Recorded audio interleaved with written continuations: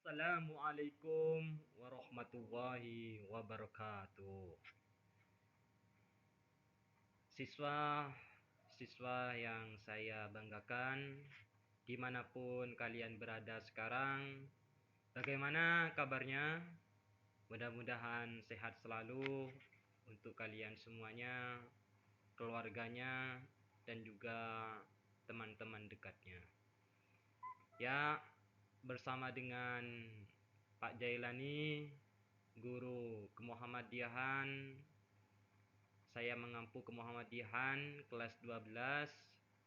Insya Allah hari ini, kesempatan kali ini, karena ini anak-anak keadaannya, suasananya masih keadaan masa pandemi COVID-19, ya Pak Jai ingin mengajar atau menyampaikan materi kemuhammadiyahan melalui video pembelajaran ini ya. Video pembelajaran PowerPoint tahun 2019. Mudah-mudahan pembelajaran ini bermanfaat bagi Anda semuanya untuk diamalkan dalam kehidupan sehari-hari. Ya, Pak Jai memulai dari bab 1 ini. Jadi di bab 1 itu anak-anak, yaitu tentang Hittoh Muhammadiyah atau perjuangan Muhammadiyah, atau yang dikenal dengan bagaimana kita mempelajari perjuangan-perjuangan tokoh-tokoh Muhammadiyah, khususnya Kiai Haji Ahmad Dahlan selaku penggagas utama, pendiri utama Muhammadiyah di seluruh pelosok negeri ini ya. Terus kenapa kita harus belajar kemuhammadiyahan? Tujuannya apa? Belajar itu tentang Muhammadiyah. Tujuannya di tentang bab pertama ini kaitannya dengan Khitoh Muhammadiyah, yaitu adalah agar siswa nantinya dapat memahami perjuangan Muhammadiyah. Jadi secara detail ataupun secara luas kita memahami, oh begitu sempurnanya Islam ini dengan Muhammadiyah. Oh begitu indahnya bagaimana melihat perjuangan-perjuangan Kiai Haji Ahmad Dahlan dan tokoh-tokoh lainnya khususnya di Muhammadiyah. Yang kedua, banyak sekali ya tentang nanti siswa bisa memahami tentang pengertian Khitoh Muhammadiyah. Khitoh itu apa? Muhammadiyah itu apa? Ya, dan juga termasuk juga mempelajari tentang ciri-ciri perjuangan Muhammadiyah. Apakah ciri-cirinya? Contoh seumpama, kalau Pak Jailani ciri-cirinya seperti apa? Kalau rumah itu ciri-cirinya apa? Pada fondasinya. Kalau Pak Jailani, masing-masing itu semuanya punya ciri-ciri.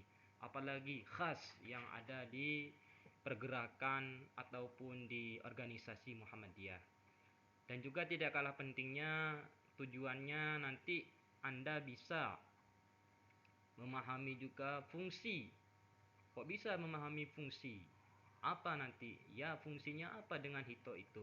Apa manfaatnya? Apa dampaknya bagi kehidupan? Nah, itu termasuk di antara salah satunya adalah tentang tujuan pembelajarannya. Juga yang terakhir yaitu nanti bisa kalian bisa memahami perjuangan di satu daerah yang satu dengan yang lainnya.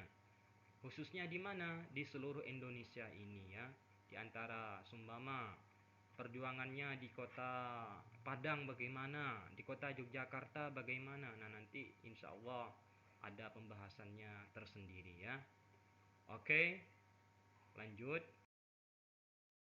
Oke, yang pertama dari paparan materi dulu ya.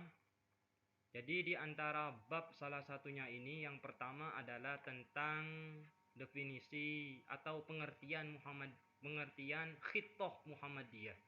Apa toh Khitoh Muhammadiyah itu? Apakah gerakan ataupun perjuangan ataupun dakwah?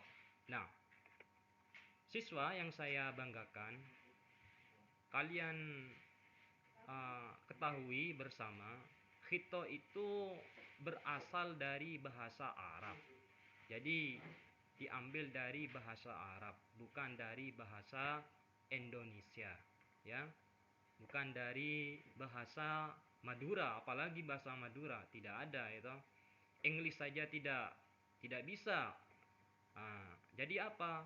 Diambil dari bahasa Arab atau dikenal dengan serapan bahasa Arab, ya. Contoh banyak di Indonesia ini mengambil kata serapan dari bahasa Arab. Contohnya seperti apa? Kalian tahu nggak? Takwa, sumpama, sholat, ya. Jadi begitu. Kalian kalau ingin memperdalam kemajuan peradaban zaman, cobalah memahami tentang ilmu bahasa. Insya Allah kalian akan paham tersendiri dengan kata-kata, istilah-istilah, ataupun uh, sedemikian rupa untuk biar lebih mendetail atau lebih khusus supaya kita bisa lebih paham, ya, kalau kita mempelajari bahasanya. Kata juga tidak hanya langsung dilalah langsung, sumpama ada kata saya, kamu, sumpama tidak ada, itu ada ilmu-ilmunya tersendiri. Ya, kalau lebih paham kalian nanti pelajari ilmu linguistik atau ilmu yang mempelajari tentang gramatikal bahasa, ya. Kalau dulu Pak Jelani juga pernah mempelajari di waktu di akademisi di kampus, saya mempelajari tentang linguistik Arab atau ilmu lughah, ilmu bahasa, ya. Jadi apa? Hito itu berasal dari bahasa Arab yang artinya apa? Perjuangan, ya. Perjuangan ataupun yaitu adalah langkah, ya. Maaf, tadi bukan perjuangan, langkah ataupun dengan metode cara, ya. Jadi itu. Tapi kenapa kaitannya dengan hito ini secara istilah, kenapa langsung diartikan perjuangan? Nah, kaitannya dengan perjuangan yang mana dalam kesimpulan kali ini menurut pemahaman yang ada di buku Muhammadiyah, ya, yang diterbitkan oleh pendidikan menengah Muhammadiyah yang dikeluarkan oleh PWM, suatu pikiran untuk melaksanakan perjuangan ideologi keyakinan hidup Muhammadiyah. Yaitu apa? Yaitu apa, ya? Perkembangan di situ yang ada di dalamnya perjuangan usaha-usaha tertentu oleh tokoh-tokoh Muhammadiyah yang harus di situ harus adanya keyakinan, ideologi.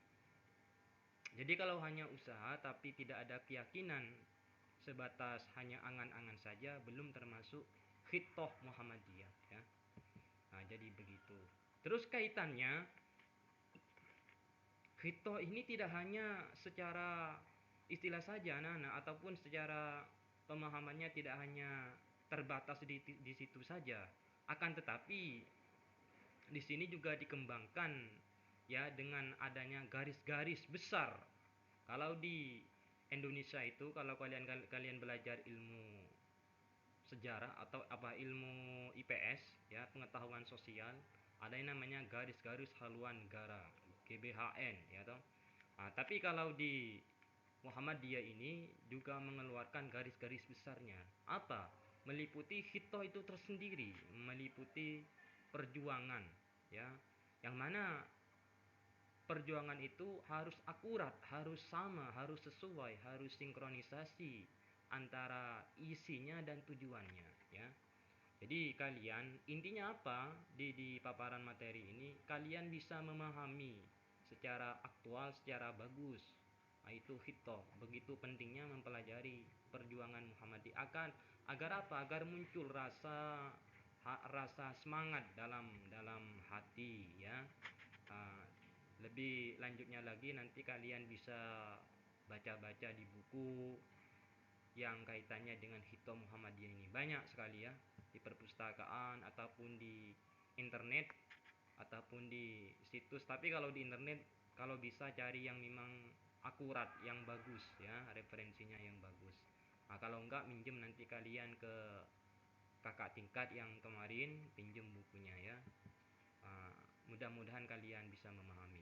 Jadi nanti bisa dilanjut secara dikembangkan atau secara tindak lanjut nanti. Oke. Ya. Jadi sudah juga dijelaskan tadi termasuk pemahaman atau pengertiannya. Nah, sekarang ternyata itu anak-anak punya ciri khas tertentu ya. Ciri khas. Lah kalau sumpama Pak Jelani ciri khasnya apa? Oh, lugat bahasanya seperti lugat bahasa Madura sumpama. Oh, apalagi ciri-cirinya sumpama. Oh, orangnya tidak terlalu tinggi sumpama. Nah, itu ya. Nah, kalau ciri-cirinya masjid ada apanya? Ya ada sajadahnya, ada menaranya, ada ya semuanya di situ ya. Ada tempat azannya, ada tukang azannya juga, ditempatin banyak orang, berkumpulnya banyak orang itu, tempat tempat sholatnya orang Islam. Nah, itu semuanya ada ciri khas tertentu ya. Nah, kalau dihitung Muhammadiyah ciri-cirinya apa? Pertama, hitung Muhammadiyah itu ciri-cirinya Muhammad itu sebagai gerakan Islam ya.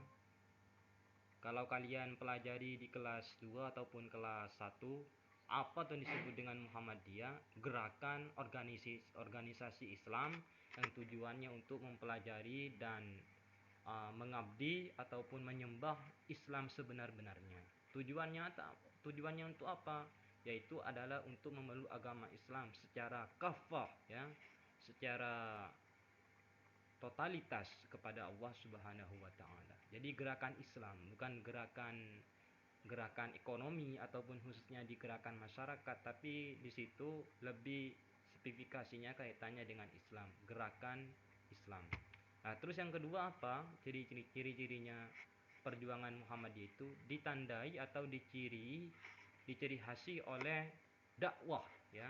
Termasuk kalian tahu bahwasanya Muhammadiyah ini adalah juga termasuk wadah tempat dakwah ya, organisasi dakwah. Nah, dakwah apa? Dakwah Islam. Bagaimana Kiai Haji Ahmad Dahlan itu mendirikan Muhammadiyah ini untuk mengajak masyarakat-masyarakatnya yang mana pada waktu itu masih banyak melakukan TBC ya. Apa TBC itu? Tahayul, B-nya bid'ah, C-nya kurafat. Jadi masih banyak percaya ke hal-hal yang tidak masuk akal ya.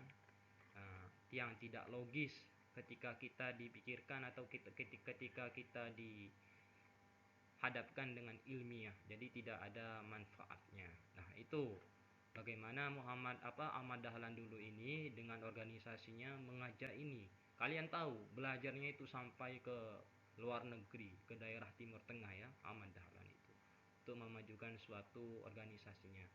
Yang ketiga, apa cirinya? Ciri-cirinya adalah dengan tajdid, pembaharuan. Kalau ditanya tajdid itu apa? Pembaharuan, memperbaharui. Jadi yang lama-lama, yang kuno-kuno, yang konservatif itu harus diperbaharui. Contohnya seperti apa?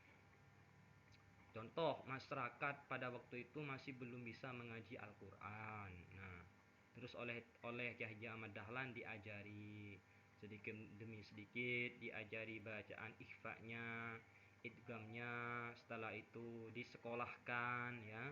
Jadi tahu tidak buta huruf. Setelah itu baru Ahmad Dahlan singkat cerita sampai bisa membangun amal usaha Muhammadi. Contohnya seperti apa amal usaha Muhammadi itu? Sekolah, PKU. Nah, termasuk di sini SMK Muhammadiyah 3 Yogyakarta. Itu termasuk amal usahanya. Itulah pembaharuan tajdidnya. Oke. Nah, ya. Kalau yang tadi itu adalah ciri khasnya. Sekarang fungsinya. Apa manfaatnya? Apa pengaruhnya bagi kita sendiri ataupun orang lain mempelajari tentang Khitoh Muhammadiyah atau perjuangan Muhammadiyah ini ya. Nah, fungsi Khitoh Muhammadiyah ini terdapat di 12 langkah ya, 12 langkah 12 Muhammadiyah. Terdapat di langkah 12 Muhammadiyah yang mana dicetuskan atau dirumuskan pada masa kepemimpinan Haji Mas Mansur pada tahun berapa? 1938 sampai 1940. Nah, coba berapa tahun? Kalau yang pintar matematika pasti bisa menghitungnya. Ya, inilah. Jadi ada tahapannya. Ini. Jadi fungsinya terdapat dalam secara detail terdapat dalam langkah 12 Muhammadiyah ini. 12 langkah itu apa saja? Banyak sekali ya. Mungkin Pak Jailani di sini diantaranya adalah memperdalam masuknya iman, memperluas paham agama, memperbuah budi pekerti, menuntun amalan intikot, menguatkan persatuan, melakukan kebijaksanaan, memperkuat majelis tanwir, mengadakan konferensi bagian, mempermusyawaratkan putusan, baik tarjih ataupun majelis ataupun pimpinan pusat, mempersambungkan gerakan luar, mengawaskan gerak langkah dan menegakkan keadilan. Nah, di sini ya Pak Jailani ingin mengartikan dulu di antara satu demi satu yang ada di 12 langkah ini. Insya Allah nanti kalau ada waktu nanti saya akan jelaskan satu persatu ini. Mungkin saya akan membahas 2 atau 3 ya. Memperdalam masuknya iman itu apa? Yaitu adalah ketika kita mempelajari tentang iman. Iman ini kalau di Islam, kalau di khususnya di pendidikan Islam, kalau yang ada di buku itu ya, yaitu adalah dikenal dengan dimensi iman ya. Yang itu apa? Diantaranya pertama yang bagaimana adalah iman itu al-iqraru bil lisan, tasdiqum bil qalbi, wal amalu bil arkan ya. Jadi begitu. Kalau kalian mempelajari iman itu ada tiga-tiganya berarti sempurna. Kalau tidak ada tiga-tiganya berarti konslet ya toh, berarti kalian kurang paham. Terus bagaimana? Ya tidak sempurna, jadinya harus kalian satu demi satu harus lengkap di antara yang tiga itu.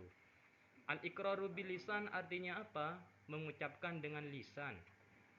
Apa maksudnya dengan lisan? Ya lisan kalian itu untuk apa? Sumpama apa hanya untuk bicara? Apa hanya untuk gosip atau gaibah? Apa hanya untuk membaca Al-Quran? Terus syukur kalau membaca Al-Quran. Intinya al-iqraru bil lisan itu untuk kebaikan-kebaikan ya. Tasdiqum bil qalbi itu apa? Yaitu adalah membenarkan dalam hatinya, yaitu harus menguatkan dalam hatinya kalian ya. Kalau kalian tahu, sumpama contoh, kamu tahu kalau di depan kalian itu ada batu, kenapa masih ditabrak ataupun kenapa masih dimakan ya, itu jelas tidak boleh dalam Islam. Berarti pemikiran kalian salah. Ataupun Pak Jailani sumpama sudah tahu di depannya ada bahaya tapi tetap berjalan terus, yaitu salah ya. Jadi kalau sudah tahu harus dibenarkan dalam hatinya. Sudah tahu sholat berarti sholat ya. Wal amalu bil arkan, dan diamalkan dalam perbuatan kalian. Kalian sama Allah itu diberi tangan, diberi kaki sumpama. Semuanya manusia punya mata, punya anggota badan itu untuk apa? Bergerak untuk kita mengamalkannya. Jadi tiga kesatuan pokok itu harus seutuhnya ya. Harus saling bersinambungan. Tahu bersinambungan? Berhubungan antara lisan, hati, dan amal perbuatan. Nah, itu kata lain disebut dengan dimensi iman atau tiga dimensi ya. Nah, itu Muhammadiyah diantaranya memperdalam maksudnya iman itu karena iman itu harus kuat anak-anak. Karena kita tahu dalam hadis itu juga dikatakan yazid wa yanqus. Iman itu kadang naik atau kadang turun, apa yang disebut dengan inflasi ya. Jadi tidak hanya harga BBM saja yang inflasi naik turun, iman pun juga sama. Contohnya kalau lagi naik-naiknya kita rajin sholat, kita rajin belajar, kita mau ke masjid terus, mau sholat tahajud terus. Tapi kalau iman sedang turun, ya kita kadang merasa malas, dipanggil orang tua tidak ini, ada tugas tidak dikerjakan. Itulah ketika imannya turun. Nah, bagaimana dari hal itu Abu Sufyan As-Sauri menegaskan dalam hadisnya, ya apa? Uh, Ittaqillaha summastaqim. Nah, artinya apa? Ketika kalian bertakwalah kalian, tingkatkan amal takwa kalian, terus kalian itu konsisten dengan takwa itu, dengan iman itu ya. Nah, itu termasuk salah satunya solusi dari iman kita naik turun. Nah, jadi begitu. Itu yang diharapkan dengan memperdalam masuknya iman. Sedangkan dalam kitabul hadis iman itu banyak rinci-rinciannya ya. Nah, terus yang kedua, siswa-siswaku yang saya banggakan, memperluas pahamnya agama itu adalah apa? Menuntut ilmu seluas-luasnya, memperdalam ilmu agama seperti Anda sekarang ini belajar di SMK Muhammadiyah 3 Yogyakarta. Itu juga termasuk memperluas paham agama kalian nantinya menjadi orang yang bijaksana, menjadi orang yang jujur dalam kehidupan kalian, khususnya dalam diri kalian ya. Itu sebanyak-banyaknya. Kenapa? Thalabul ilmi faridatun ala kulli muslimin wa muslimatin. Kalau kalian itu ingin menjadi orang yang baik, maka tuntutlah ilmu. Karena ilmu itu akan memudahkan urusan kalian semua ya. Terus yang ketiga, memperbuah budi pekerti ya. Memperbuah budi pekerti ini terkait dengan budi pekerti kalian, akhlak. Bagaimana Nabi itu diutus oleh Allah ke muka bumi ini liutammima makarimal akhlak, liutammima makarimal akhlak. Sesungguhnya yaitu adalah Nabi diutus ke muka bumi ini hanya untuk semata-mata menyempurnakan akhlak ya. Jadi itu adalah kenapa kita harus selalu memperbaik akhlak budi pekerti. Setinggi apapun ilmu kita, secerdas apapun, setampan apapun diri kita, secantik apapun ya manusia, ataupun sebagus apapun kalian yang kalian punya sekarang, kalau akhlak kalian tidak ada, maka sungguh sangat tidak apa memberi manfaat bagi kalian dan orang lain ya. Kenapa kita harus selalu memperbuah budi pekerti? Memperbuah itu apa? Buah akhlak itu apa? Ya bahagia. Buah akhlak itu apa? Fid dunya wal akhirah. Rabbana atina fid dunya hasanah. Nah, ketika kalian sudah punya itu, maka tercantumlah, maka kalian dinamai atau disebut dengan dunia akhirat. Bahagia dunia akhirat ya.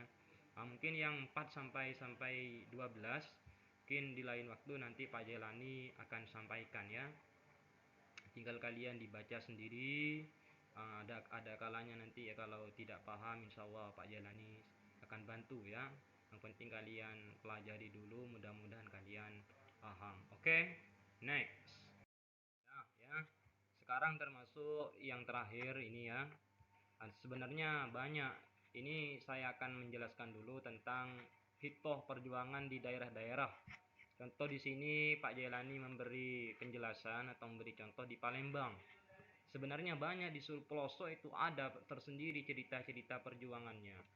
Apakah pahit ataupun lurus berbanding bahagia, bagaimana? Yo tidak sebanding senang ya. Tentunya ada susah-susah di dalamnya. Tidak akan terlalu tidak akan terlalu berjalan lurus. Semuanya pasti ada hambatan, rintangan ya. Ibarat kita ingin berjalan menuju mana, pasti akan badai menghantam. Karena itulah semuanya kehidupan pasti akan didasari itu semuanya. Yang penting perjuangan tetap berjalan. Nah, contoh ini yang didirikan ataupun yang diusahakan oleh Kiai Haji Ahmad Dahlan. Di sini Hito di Palembang dirumuskan pada periode kepemimpinan A.R. Ahmad Rosyid atau Sultan Mansur pada tahun 1956 sampai 1959 ya. Nah, di sini yang isinya banyak sekali ya, kaitannya dengan apa? Dengan kaitannya dengan Muhammadiyah semua ini ya. Menjadi pribadi para anggota terutama pemimpin Muhammadiyah. Jadi Contoh kalau sekarang itu kalian punya kartu anggota Muhammadiyah, itu sudah termasuk. Sumpama kalian sebagai warga Muhammadiyah sudah termasuk ya. Tidak usah jelimet-jelimet. Oh itu kok enggak anu Pak, enggak harus ini, enggak harus itu Pak. Itu salah semuanya. Yang penting kalian hatinya masih terpaut dengan Muhammadiyah, itu sudah termasuk warga di dalamnya.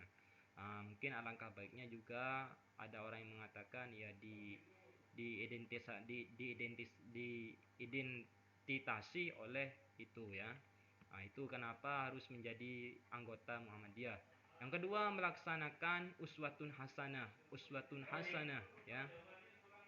Kalian harus menjadi contoh yang baik bagi kehidupan kalian ya. Jadi kalian itu harus menjadi contoh yang baik dalam kehidupan Anda. Seperti Nabi Muhammad menjadi suri tauladan. Suri tauladan, kok tauladan ya. Seumpama contohnya laqad kana lakum fi rasulillahi uswatun hasanah. Nah, itu ya. Itulah termasuk bagaimana ayat yang menjelaskan tentang uswatun hasanahnya Nabi. Tidak hanya Nabi ya.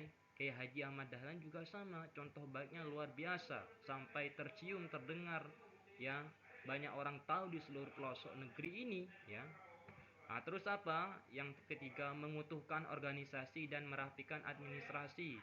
Di sini siapa? Kalian masih aktif tidak di IPM, Ikatan Pemuda Muhammadiyah, ataupun nanti kalau kalian kuliah IMM. Contoh kalau pengalaman kalau Pak Jailani aktifnya anak-anak di IMM, Ikatan Mahasiswa Muhammadiyah. Ya, sekarang sudah di PWPM, Pemuda Wilayah Muhammadiyah. Kalau masih kuliah itu saya aktif di bidang dakwah dulu ya, kader bidang dakwah. Sekarang juga sama. Jadi apa itu dakwah tugasnya? Kalau di sekarang Pak Jalani tugasnya ya sebagai panitia pengajian, ya dakwah baik virtual. Kalau kaitannya dengan pandemi ini, kemarin punya agenda dakwah virtual dan di share di Instagram, di sosmed, di Facebook, di Twitter. Ya, nah kalau kalian besok tidak ada sumbama sudah beres pandemi ini, silakan kalian ke PWM tiap malam Sabtu. Nah, di situ juga Pak Jelani ada ya sebagai petugas atau panitia Kamastu. Jadi banyak kita mempelajari tentang organisasi-organisasi Muhammadiyah ya. Dan apa? Administrasinya juga bagus selaku kalian, apalagi kalian pelajar ya. Tentunya sebagai pelajar, sebagai mahasiswa harus rapi administrasinya ya. Ah, orang yang administrasinya bagus tuh rapi menunjukkan bahwa dirinya itu yang memang baik, bahwa dirinya itu memang disiplin. Nah, itu ya. Terus memperbanyak dan mempertinggi mutu amal. Perbanyak berbagi sedekah ya. Kalau di Muhammadiyah contoh Ahmad Dahlan itu anak-anak dulu cerita ingin menggaji guru-guru itu apa? Bukan malah ini, tapi Ahmad Dahlan itu menjual hartanya ya. Aru'aital ladzi